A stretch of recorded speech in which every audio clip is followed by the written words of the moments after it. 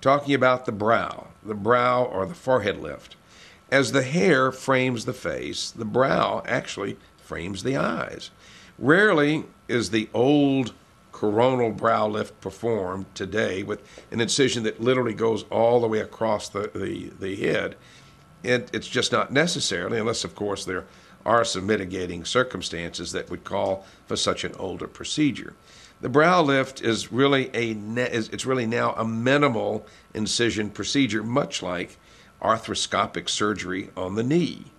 The endoscope for the brow or the forehead lift is a relatively easy surgical procedure that can literally smooth out the lines on the brow and can lift the brow to its youthful position while minimizing the brow lines and the frown lines and opening up the eyes, which is really the most dramatic part of the brow lift.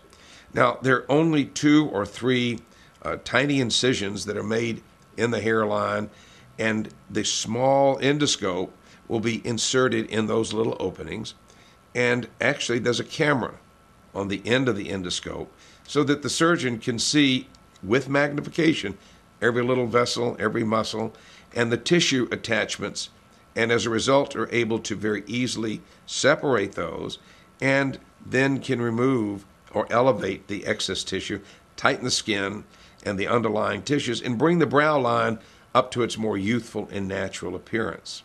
Now, there's no visible incisions, and there's very little downtime required for this procedure.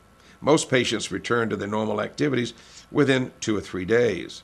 The brow lifts and the eyelid lifts give you a fresh, happy, more youthful appearance and require, again, very little downtime, and sometimes these procedures are actually performed together.